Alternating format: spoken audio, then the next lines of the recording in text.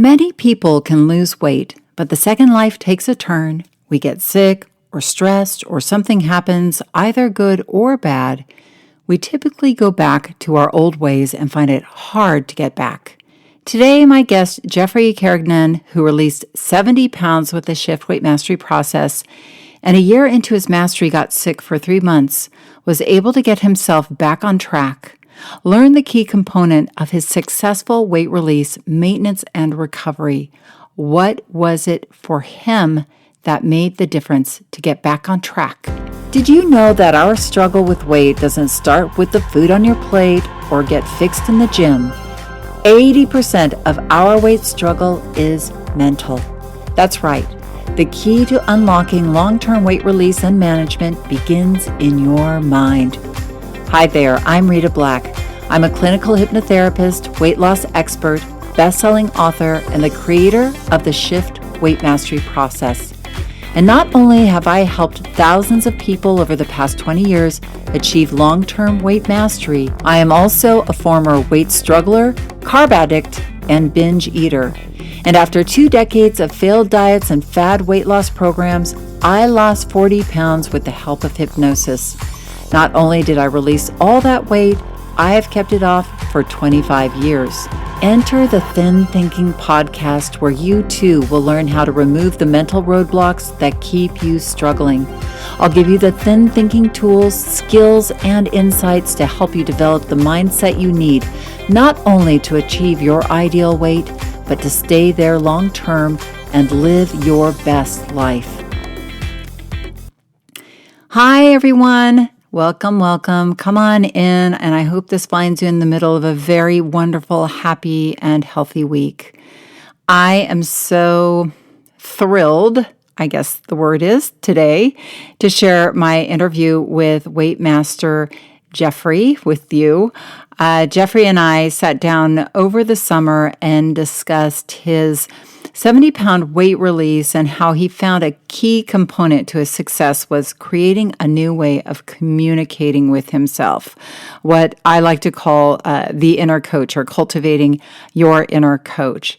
And this relationship with his inner coach not only helped him take off 70 pounds and maintain, but also helped him get back on track after an illness took him out of the game for almost 3 months. So this is a really great story of a weight release story, but getting off track and getting back on track. What does it take? Because often we can lose the weight, but then we get thrown off, we lose focus, and then, we're back to square one.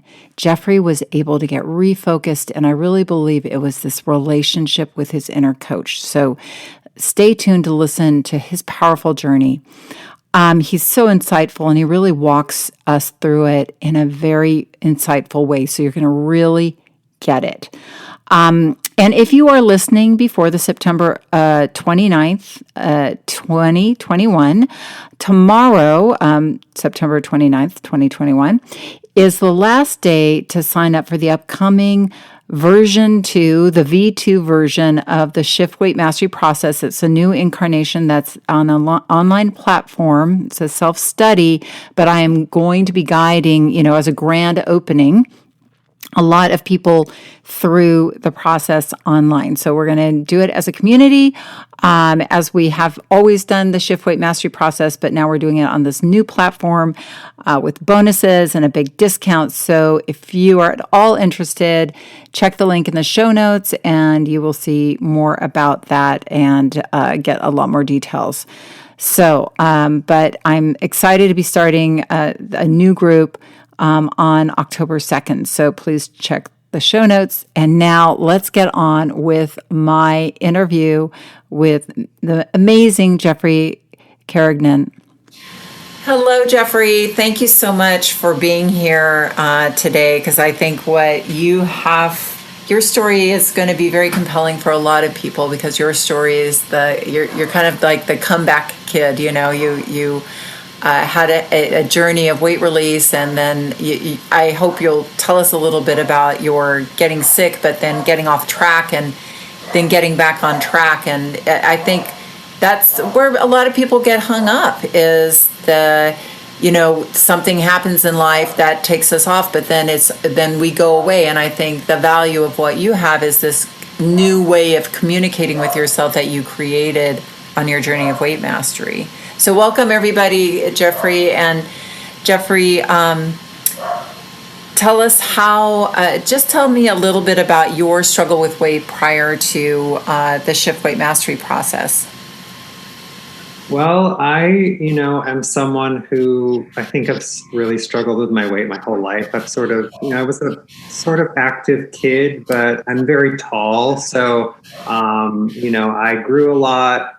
So I also, in order to be able to sort of grow at a fast pace growing up, I think I ate a lot. I kind of got into that habit of just like eating a lot and then growing a lot and then eating a lot and then growing a lot. I think I brought that brain patterning into my adult life and when I stopped growing. So the interesting thing is that, I definitely struggled in typical diet fashion in my 20s, a bit when I was in my, late teens and in college, I think. But once I started working post-college in a professional desk job, I began to notice that, I was just packing on pounds and I was still eating like I was in college, but right. I wasn't really aware of the expenditure of calories or what that meant or how much I actually really needed to eat to lose weight. I was very sort of unsure about all of that. So, I think I've tried every diet in the book. I think, during my 20s, it was a lot of Weight Watchers. It was a lot of points and counting. And then it was a lot of exercise and a lot of, so I think, by the time I found the Shift process, which was about 2.5 years ago, I had gone up and down the scale about 60 to 80 pounds 10 times in my life. Wow. So when I found you and when I found Shift, I just, I was not sure if it would work. I was not sure if it, what was going to be different about it, but I was feeling guided to hypnosis for some reason. That's kind of how I found you. A friend of mine had I'm from Los Angeles, where you're from. So a friend of mine had shared on Facebook that you helped her quit smoking. And I was like, oh, that's interesting. But she didn't really say that in her share. She's like, thank you, Rita Black, for, I'm, 2 months smoke-free. And I was like, oh, what's that? And I just clicked on you. And then I saw that you help people quit smoking, but that your main focus, it seemed from what I saw, was helping people manage their weight. And I was like, oh, that's interesting that I could use that. What is this about? And so I saw that at that time, I think you had just released your book. Mm-hmm. And so I was like, oh, well, I'll just buy it. And I went to Amazon, bought it, and then began to listen to the hypnosis sessions that come with the book. Mm-hmm. And through that process, I read the book and began to sort of do my own shift, mm-hmm. Learning by sort of doing the book. And I think that during that time, I think I took off maybe 40 pounds and I was like, oh, there's something to this and this is great. And I found that I was not someone who at that time who could just like stick with it. Right. And so I ended up putting some weight back on, but I started to follow you on social media and was on your mailing list. Mm-hmm. And so you had emailed about, a 30-day shift process to sort of do with a group of people that you were going to lead. And so I was like, oh, you know what? I'm going to do it. I'm going to try this and see, because I did have some success but there were still aspects of, of the shift or of weight mastery that I just was resistant to. I'm someone who has been very resistant to tracking. Right.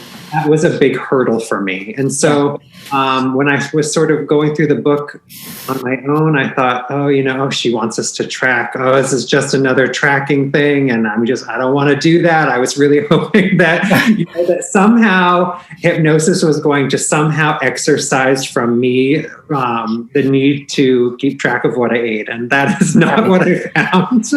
But, the hypnosis really did help and continues to help me kind of be more confident in tracking. So I signed up for the 30 days during that. I think it was the springtime shift. The spring of 2020 during COVID. I think that was it. You came during COVID, right? I came during the beginning of COVID thinking like, oh, this will be something to sort of keep my attention. And, over a year later, I was like, oh, we're still in lockdown. No one expected that. But, oh, God. But, having the 30-day process was really great for me to kind of learn, how to sort of apply the shift to me, sort of help me get through the roadblocks and the resistance that I had sort of built up over my dieting history in my life. And I think that the group aspect was really helpful for me. I'm someone who's, by nature kind of a shy person. And in groups, there's always people that are, much more outgoing and willing to share. And I think during the shift, I was still very nervous, and I was still like, I felt very vulnerable. And it was strange a little bit for me to kind of be with all these people that I didn't know anyone. And here we are talking about eating, and I wasn't used to that. But I did participate to some degree, but not as much as other people. I kind of was someone who absorbed a lot, practiced on my own. And then after the 30-day shift, I had lost, I think it was close to 20 pounds. During the shift, Yeah, during that shift. And I was like, okay, like this is working. I want to continue. And so then I joined the monthly mastery program, which helped me to kind of stay focused. Right. Because I knew that this wasn't a typical diet. It didn't feel like a typical diet for me, but I also knew that my tendency to fall off and fall into old patterns was relative. I don't know if that's for everyone, where other people feel that way too. I think that's the hardest thing is people get in a good place, but then it's the law of atrophy, right? Your brain kind of might go back to that old place. But while we're paused here for a second, I want to ask you about some of the things that you learned during the process. I know I know you're tracking, but hopefully I know you got a better relationship with tracking. And for those of you listening to this, the why we use tracking is because for many reasons, but it helps our brain stay out of cognitive distortion. It helps us communicate more powerfully with ourselves, actually, because data helps us be more like an inner scientist. We're really, really owning. And what I think you owned, Jeffrey, was like a way of eating that allowed you to, ultimately live your life at your ideal weight, like to get to your, ideal weight, your way, not some way of a diet, that you had some ownership over that. Would you say that was true? Yeah, absolutely. I think that, tracking really helped me to kind of break through and feel more in control of like knowing where I was in the process. I think I wanted a quick fix of like, oh, this part of me that I don't want to be conscious of. I want to not feel like connected to it. I want to feel like, how I sort of expected other people dealt with their weight management. I'm like, oh, it seems easy for this person, or it seems easy, but I think anyone who struggles with their weight, even people who don't struggle with their weight, I've found like they still have, they still pay attention in different ways, and I think that... Absolutely. That's such a great point. I work with people who don't struggle with their weight, and I'm always asking them, hey, what do you do to manage your weight? And they have a way that they manage their weight. It's not like they're not, I don't think about it. They're thinking about it. I think that's an illusion that everybody thinks everybody's got it together. And even in the world of weight management, you look at thin people, you're like, oh, they're lucky they don't have to think about it. They're thinking about it. They even if they never struggled, they're like, I'm, we all have a system. We live in a world full of food, and we need to internally manage our brain around that. So, I mean, and so what would you say about like your relationship, the way you communicated yourself, how that evolved, like, developing your inner coach, like that, because that's something in the shift that we really get into is the inner communication. I think I became more conscious of when like emotional triggers were causing me to turn to food.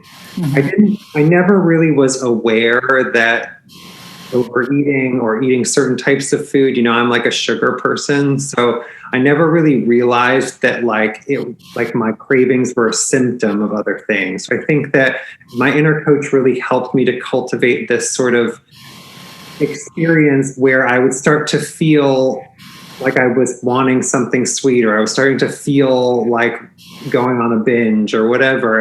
But I would be able to stop and go, what's this about? Is this, and I could look back on my tracking for the day and be like, oh, you forgot to eat a significant amount of protein at breakfast and at lunch. No wonder you're hangry at dinner. No wonder you're, just can't stop sort of, wanting to throw food in your face at 7:00 in the evening, because, and I think I just started to realize like, it wasn't all about emotions for me. I think it was realizing that like feeding myself required a sense of like mindfulness that I had never been conscious of before. And I think that my inner coach helped me to realize that that was a process, and it was an active process. It was one that, once I got down the foundations of like, I realized like through the process also that like I eat a lot of the same things. When I go to restaurants, I eat a lot of the same stuff, and so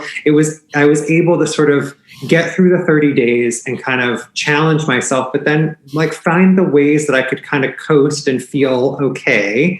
And then, I would challenge myself in other ways, like going on a trip or, going away for the weekend or going to someone's house for dinner where I wasn't involved in the food preparation and how to manage that. I think that your 30-day process really encourages us to make mistakes, and no diet I had ever been on encouraged me to make a mistake.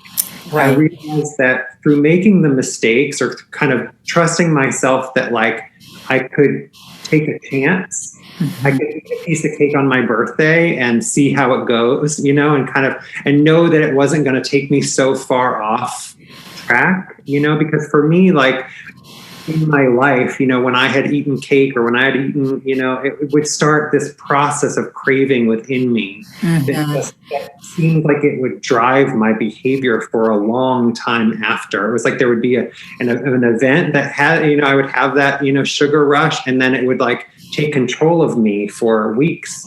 And I was scared when I first, did the shift that like, oh, well, I've avoided these foods for a while because I've chosen to, but I'm worried that if I try them, that I'm not going to be able to handle it. And I think that you really encouraged us, and I think that's part of what you do is like, and why it's worked for me is that it made me feel like I could have some say, some control over experimentation. And I think that was a byproduct of developing an inner coach. Like, you can handle this. And I got to tell you, like, I've had, some success with sweets in the past, and I've had some, failures, but like, I never have felt since I did the shift, like I couldn't get back on track, or that if I had, a binge or kind of went too far, that I couldn't get myself back to a place of, being stabilized again. Right. And I know that you had so you did the spring shift, and I think you had almost a year of going, how much did you release in that year? Like 60? Yeah, in that year, I released about almost 70 pounds. 70 pounds, okay. So I went from like 285 to like, 195. So whatever. Okay. Wow, that's So, amazing. and, I'm sorry, go ahead. Oh, no, no. And I know in that time too that things came up for you like feeling more vulnerable because you were thinner, like things that were, because I think a lot of people don't realize that you, what you want initially sometimes. I did a podcast a couple of weeks ago about the mental set points, and I think we go through mental set points as we go down the scale. We have hurdles that we have to overcome, and what I'm hearing for you is I call them struggle points as well, like where in the past you get to a place where you typically struggle, and usually for most people, instead of working through it, as you said, you challenged yourself and then you worked through it and you found answers and you found solutions. We typically will just go, oh well, and then go back. And one of those, I feel like, struggle points for you, or challenge, mental set points, was you were feeling, like you said, you're a shy person, and sometimes people were paying more attention, saying things like, oh, you've lost so much weight and all of that stuff, and that started to bring up stuff for you.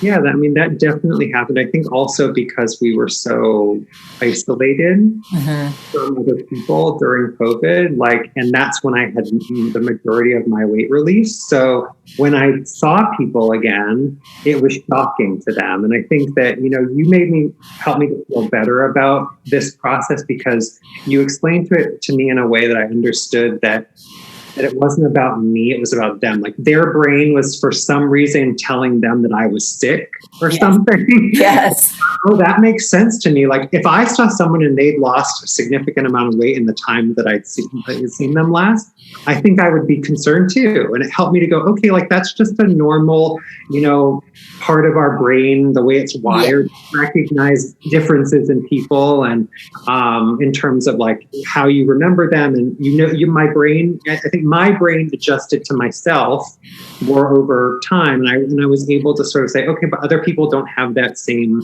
experience, because I'm not seeing people at the office every day, and I'm not seeing people in person, because I'm feeling isolated, because we were all isolated during that time. Right. So it helped me to kind of go, okay, rather than get defensive, because I think there's a part of us that, or at least for me, when someone calls me out for whatever reason, oh, you've lost so much weight, there's a defensive part of myself. I feel like I have to hold on to it to get the sacred thing. You don't get to say something about it because I worked really hard to get there. I think I became a little, defensive of that. But I learned to kind of go easy on other people and to say, you know what, that person is just updating their brain. That's a good idea. I like that. Updating your brain. Yeah, and I have had to sort of allow people to do that, and know that I don't know if other people have this experience, but it was very surprising to me. When I was overweight, no one said anything about oh my God, you put on a lot of weight. No one ever said that to me. But the minute I lost weight, everybody had something to say. So I was like, this is so strange. Oh yeah. It allowed me to realize that when it's not always someone's not always sort of it's commenting for the sake of making you try to feel a certain way. It's sort of they're just noticing the difference that they notice in you, and you can choose how to respond to that. And I think that, but it was definitely it brought something up in me that I wasn't anticipating of what is this about? Why am I so concerned about people commenting? I'm proud of myself. And so I began to reframe it with people yes, I've actually lost about 60 pounds. I did this program. I would tell them about it. And it opened a door for me to share something, a success with them, rather than, just sort of shutting down and feeling uncomfortable, Right. So it was a growth opportunity for me, I think, to feel a little bit more comfortable in my own skin. And I think that, I think there's part of us when we engage in the weight struggle for a long time, there's a part of us, definitely a part of me that felt vulnerable that I wasn't going to be able to attain this long term. Yeah. And that if, I would somehow lose it, and Well, and I think that it takes a while to really feel comfortable in that. And I know, like, speaking of which, you were probably about almost a year into it when you got sick. And that was a big interruption, was it not? Yes, it certainly was. About almost a year. Right, but I remember, we were starting to. You were talking about coaches for the next spring shift, and I was on a year, and I was like, I was all ready to do that, and I was, at that time, I had gone up a little bit in my weight, because I think that in the weight release process, we all have to find that comfort zone of sort of what really does work for us.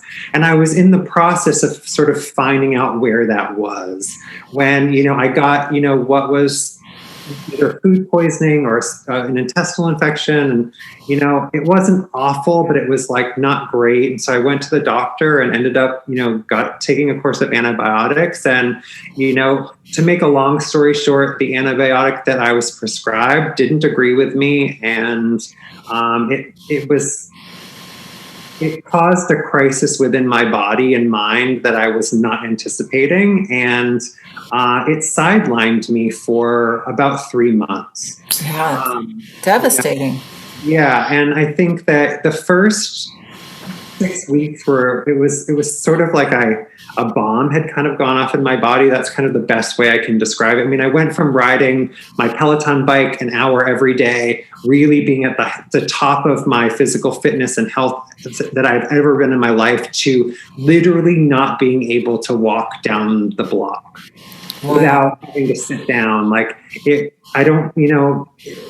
was very, very shocking to me how this medication affected my physical body and my mind as well. And I think that it was a hard experience, but it taught me a lot about myself, about my body, about how I speak to myself. I mean, that's something with the shift, like that I began to learn, like how we talk to ourselves, how we really, the things that when you struggle with your weight, and I'm sure that you feel that you've felt this way in your life and other people that you work with have felt this way, but like the way that we talk to ourselves and the habit that we become entrenched in of talking to ourselves in really harsh ways. Like I wasn't really aware of that.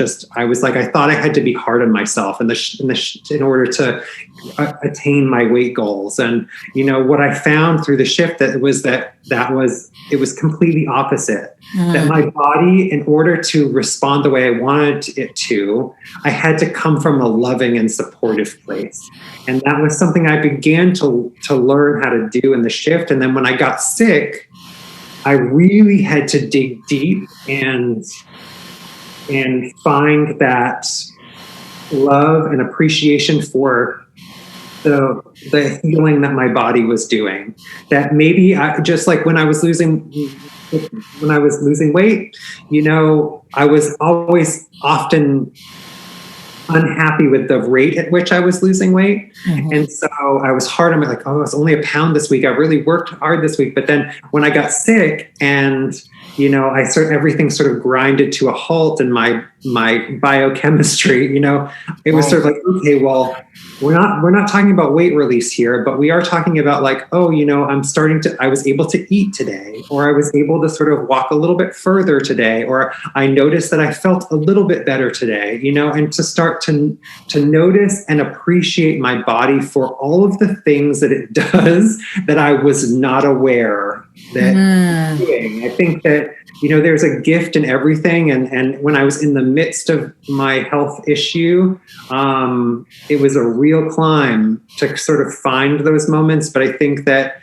I learned how to do that in the shift, to see it from a different perspective. Like, like my body, like it's in a lot of pain, and it's showing me that like I'm, but I am still alive, and I am still, getting through this day. And I woke up today, and I ate today, and I, took my dog for a small walk today, and that's better than, I did last week. So that's an improvement. I'm getting better. And I think that And I think that, weight release and, my sort of weight release sort of stopped during that time. I actually lost a ton of weight just by virtue of being sick. So I lost about 15 pounds of muscle in Wow.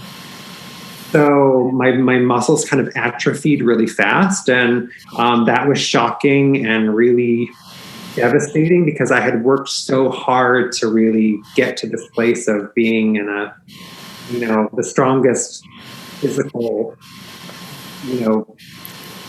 place that I'd ever been in my life. Yeah. So It's amazing how quickly our muscles atrophy. yeah, and I think that, I think I was having a hard time being patient with the process, but what I learned is that like our bodies are always coming into balance. My body knew how to heal, and I didn't need to manage that. I just had to sort of support my body in a way that, and so every night I would go to bed, and I think you mentioned this in the morning meditation that's part of the shift. Like, I'm probably not going to do it justice, but more like when you lay in bed at night, like feeling balanced and good in your body. And so every night I would go to bed and I would thank my body for getting through a day and for healing. And I would congratulate myself for the progress that I was seeing and making. And I think that I learned how to start doing that through the shift. And so I think, it's important to kind of communicate to the people that are listening to this that, this process isn't just about losing weight. And I utilize what I learned from my inner coach in how to cope through a really hard thing in life. And, during that, and I'm just sort of getting to the place now where this happened in the end of March and it's now, July. And so I've just started in the last, month to kind of start exercising again. And it's been really humbling to go, okay, I'm a beginner again. And allowing my ego to kind of just step aside and go, you know what, like I was a beginner, in terms of fitness at one point, and I'm okay to be there again because I know that if I just focus on each day and I just focus on, strengthening a little bit more every day and taking care of myself and being conscious of that those days stack together and we are sort of made whole again. And I think that that's been my experience. And, but don't get me wrong, like I'm human and I haven't done any of this perfectly. It was really hard when I was sick. Like when I was sick, I was trying to survive. So I wasn't trying to release weight. I was trying to be healthy. And so I think that, I began to, eat a little bit more. I stopped tracking during that, and I sort of said to myself, I'm going to sort of keep an eye on my weight and I'm still going to weigh myself and sort of see how I do, but I need to sort of get to a better place physically and mentally before I can, delve back into sort of where I am in terms of my weight mastery. And so over that time, I started to put on a little bit of weight. I stayed away from my trigger foods. It's not like I didn't start eating cake or ice cream or cookies or any of that, but I started to, my trigger foods they're like shapeshifters. So I would sort of move into like, that gray area of dried fruit and, those higher, like, those sugary things. Right. That's just where my brain is wired, I think, like a lot of us are, to those sugary highways. Oh, for sure. Like, yeah, I mean, dried fruit can be like eating candy. I mean, it really is. It stimulates your brain in that way. But interesting. So, yeah. But so how did that evolve for you then? How did you, so it sounds like you were very patient with yourself, very loving and mindful, which is so great. And believe me, what you went through and what you are still going through, loving yourself down the scale or loving yourself along the scale, I think people don't realize that self-love, and it's a relationship. It's like any relationship you have with in that matters to you in your life. It's always evolving. You always have to stay present. You always have to, my husband and I did couples therapy numbers of times in our life, but one of the times we had a really awesome therapist who was like, there's you, there's your husband, and then there's your relationship in between you, and it's a separate entity, it's a separate being. And I think of our relationship with our body, and our relationship with ourself, and our relationship with our inner coach. It's like it's an ever evolving relationship. And you're young, Jeffrey, but I mean, young, anybody under 40 is young to me. Even anybody under 50 now is young to me. But, as I've gotten into my 50s, my body is evolving, it's becoming older. And, and I'm in shape and I stay toned, but, things happen. During COVID, I broke my shoulder, I atrophied, and you have to be in it with yourself every day. And you have a choice. You can either have a very negative and cut a disconnected relationship with yourself, or you can be in it. And what I see that's so beautiful in what you're describing is you really did shift your attitude and are coming at this from such a loving place, and so many discoveries about your relationship to your sickness even, and willing to let your body just do what it does.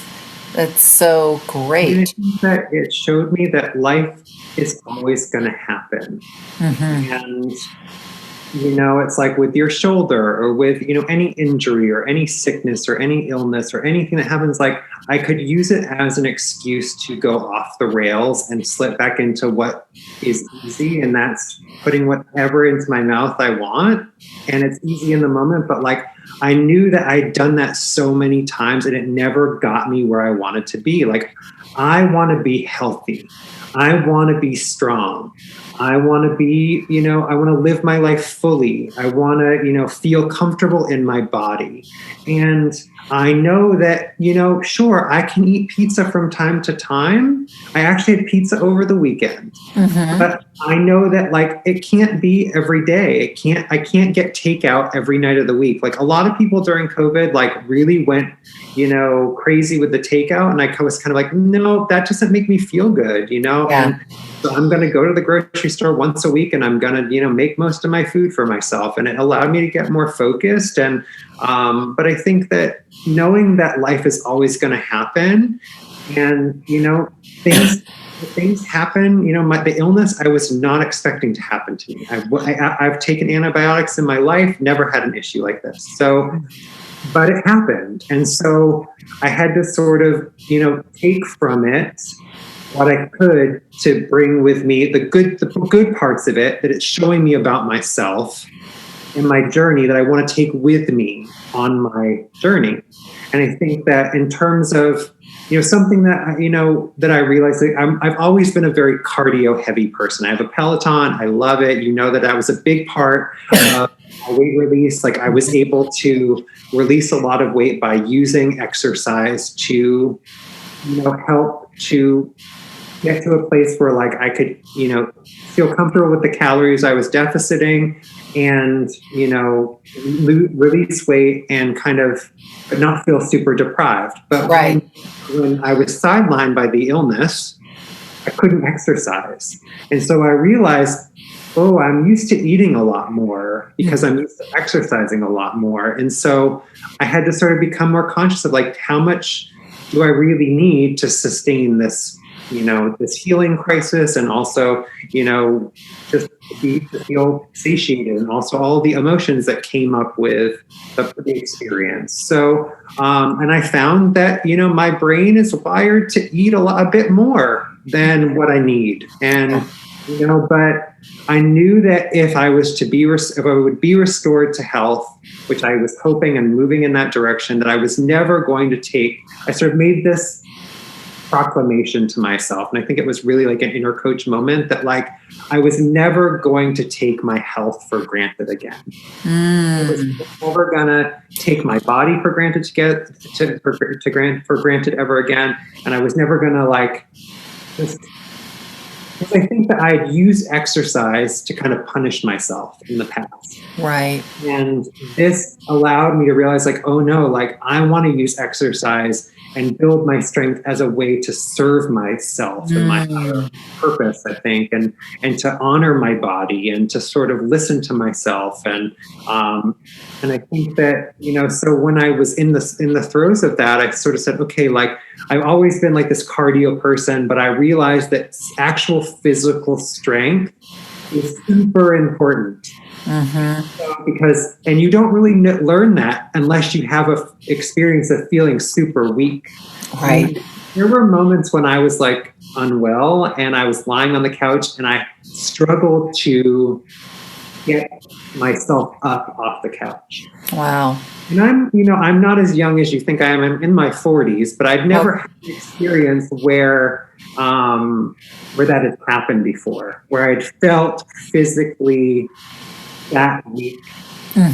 So I learned through this that like my health was important and physical strength was important. That I was going to, if I was going to get to the other side of this, that I was going to make strength training more of a priority in my overall health and wellness practices, which I've never been able to do before. I'm not a yoga person. I'm like I get on the bike or I like go for a run or I go down a treadmill and if there's something to do with like the endorphins that are created within me from cardio that works for me. And I think that I will probably always be that way, but I think that allowing myself the opportunity to say, okay, that's part of my health. But I realized through this experience that I need to also prioritize this other part that I've not prioritized in the past. So I'm working to do that now. Kind of start working out in a new way. And, you know, it feels uncomfortable, but I think anytime we feel a little uncomfortable in anything, it means that we're just expanding ourselves in a new way. And it's a good sign. It means that, I'm pushing myself in a way that feels, it's manageable rather than terrifying. It's not like I'm starting a boot camp program tomorrow. It's like, I'm just going to start using some weights a little bit more and see how that goes and challenging myself. And I think something that you also encouraged us to do in the shift was to sort of have a weekly planner where we planned out our exercises and we planned out our trips to the grocery store. And we kind of thought of our weeks in a way that I'd never really done. Sort of, and so I am doing that now and building in time to say, I'm going to do these 2, strength training classes this week. And I'm going to start there and see how it goes. And that's been sort of where I've kind of netted out from all of this. But, I don't know if that... Yeah, no, I mean, I think that it sounds like you, again, it's been an evolution and coming back for you I remember we had a conversation when you were feeling better and just starting, like you were just on the cusp of getting back into things. And I think you were struggling a little with the exercise. And I think we had that conversation of like, it's probably not going to look like you expect it to, because you had these big expectations where you were physically prior to getting sick was a really high level of cardio and a high level of fitness. And I see this again and again in people. I've even worked with Olympic athletes who then, became un-Olympic athletes and gained weight and, then came to see me and they're always... The human tendency is to measure us against where we were and to say, well, I was there and I should be able to, like in that inner critic, and it's just like, well, I should be able to be there. I should be able to start there. No, you can't. And so I love that your evolution with your inner coach has, gets very pragmatic and like, we can't start where we were let's just start at the beginning. And I agree with you, Jeffrey, that a lot of weight mastery is very humbling. It humbles you because it's the whole concept of like the whole diet industry and the whole weight loss industry is very much like, go on a diet, be perfect on a diet, ride off into the sunset, and you'll be that lucky person who, and it's not. It's like it's a very human process.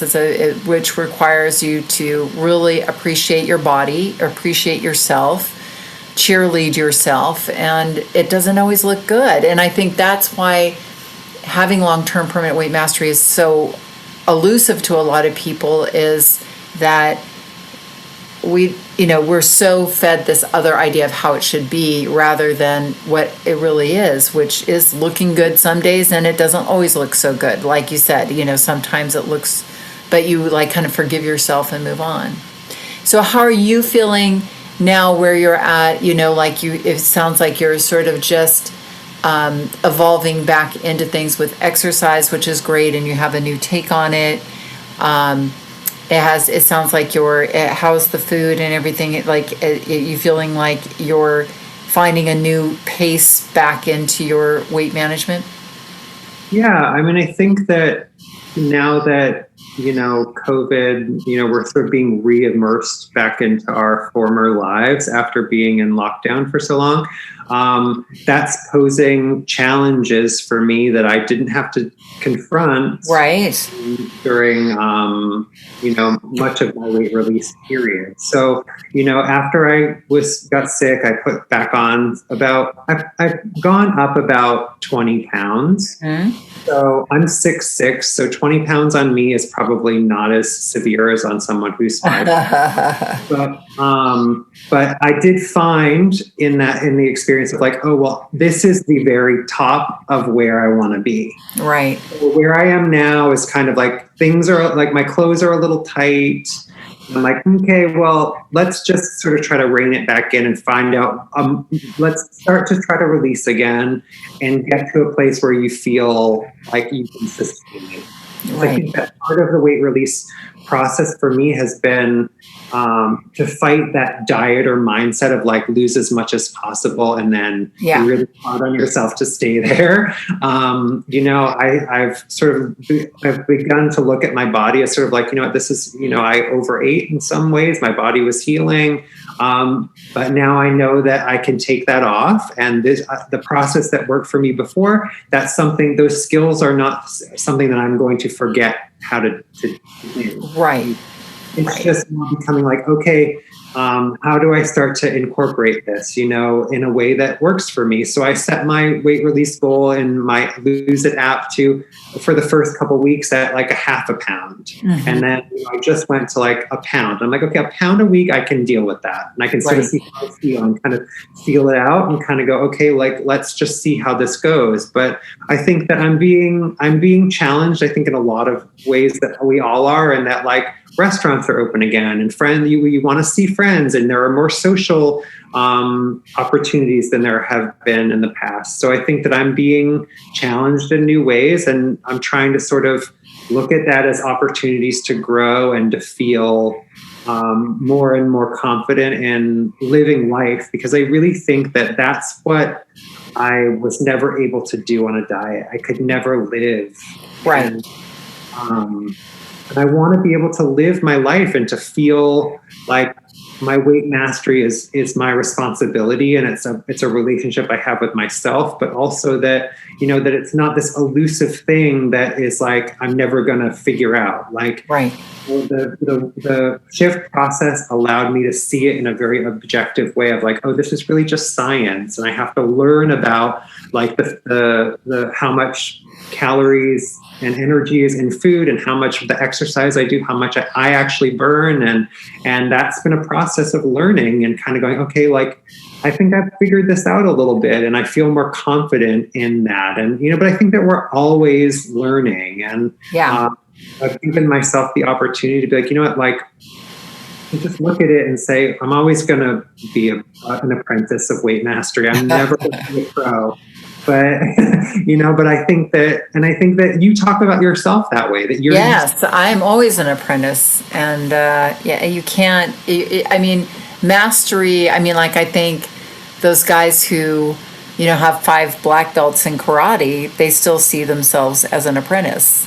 I mean, doctors continue to get educated as part of their, like, getting licensed. Every year they have to go back and do some sort of course and learn something. I mean, we always, in any mastery, have to keep learning. And I think it's great that, I think a lot of people who got to a certain level of fitness and a certain level of, during COVID, like that COVID for some people was helpful in that they weren't, especially if you were very social, going out all the time. It gave, you the opportunity to learn skills and to get masterful at certain things. And now it's like, it's like there's this new level. Is kind of like the black belt, but then getting the next black belt, it's like, oh, okay, now I'm going to bring in socializing to this.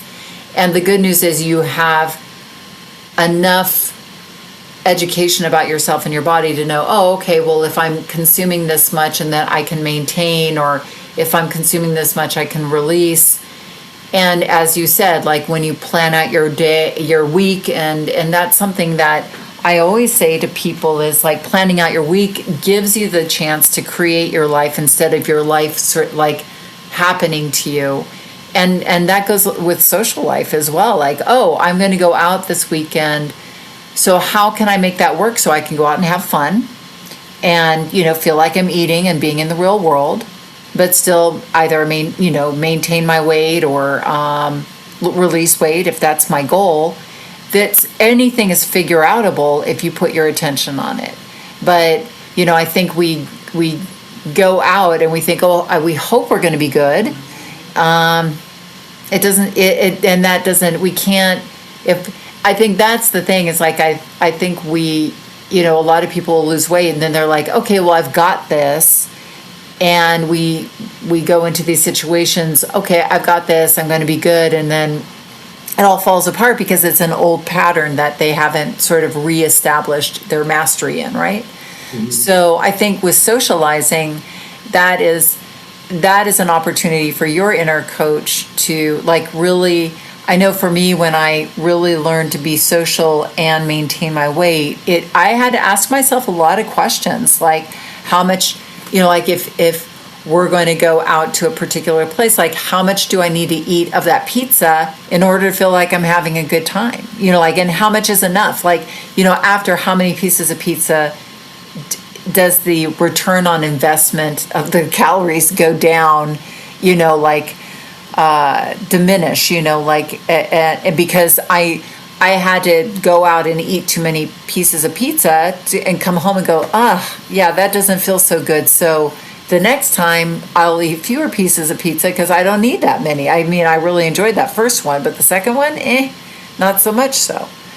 Same thing with alcohol. If people drink alcohol, I mean, some people don't, but like how many glasses of wine do you need in order to have a good time when you go out with your friends? And there's an answer to that. And I think we get lost in this good or bad thing where we're like, well, I'm going to be good, which means drinking a Diet Coke and ordering a salad, or I'm going to be bad and I'm going to, drink a bottle of wine and have everything on the plate. But there's this middle ground that you can own, that you can go out and have a good time and manage your weight. But that does take like that mindfulness that you're talking about, that conversation with your inner coach, figuring it out. And it probably takes, like you said, making a few mistakes and going out and eating too much and going, oh, that didn't work. Well, how can we do it better the next time? I mean, that's how any mastery process happens,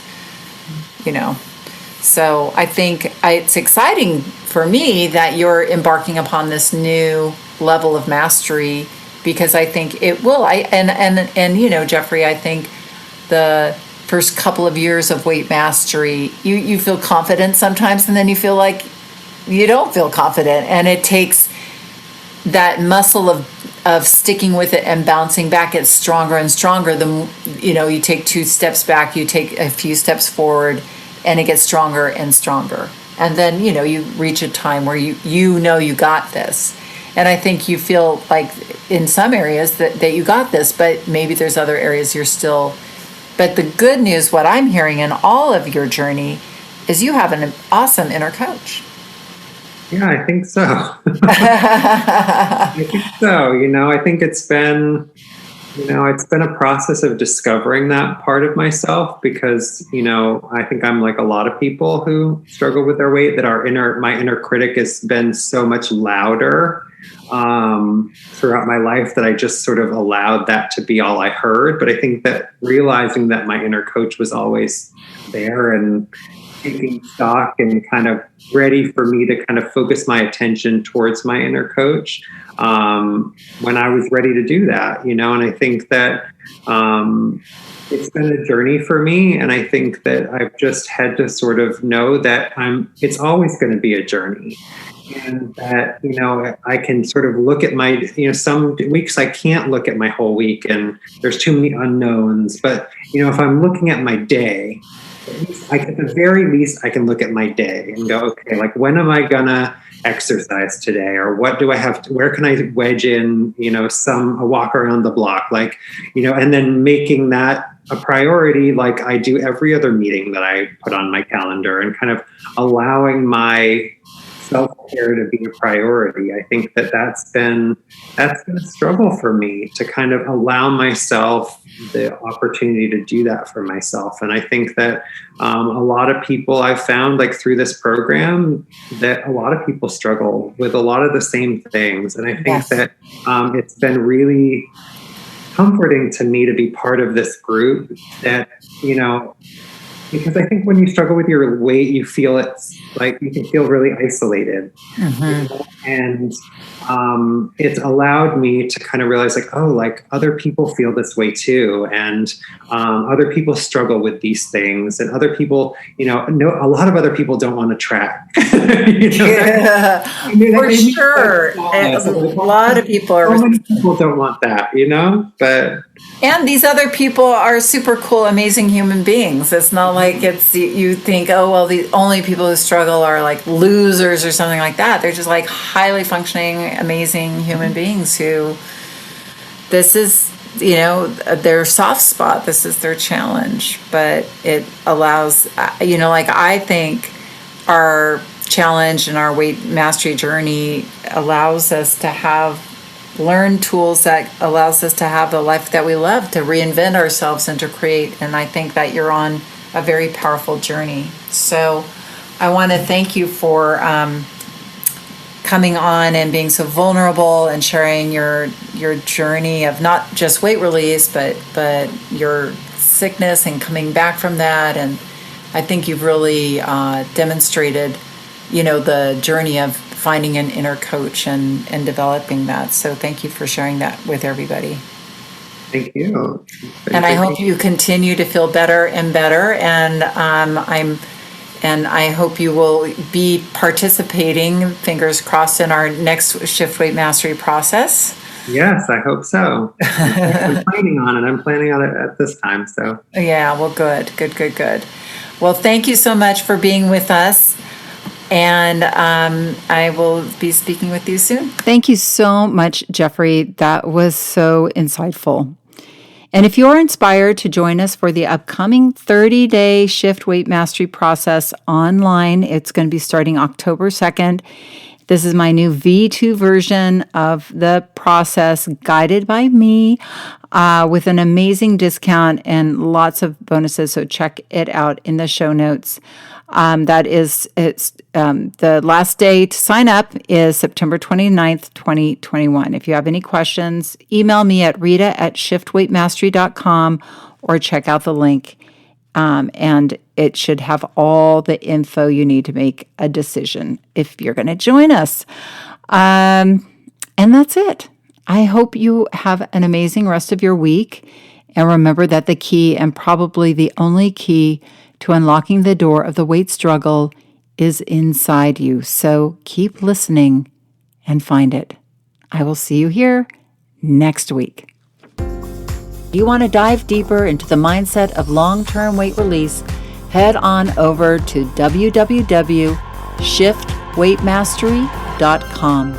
That's www.shiftweightmastery.com, where you'll find numerous tools and resources to help you unlock your mind for permanent weight release, tips, strategies, and more. And be sure to check the show notes to learn more about my book, From Fat to Thin Thinking, Unlock Your Mind for Permanent Weight Loss.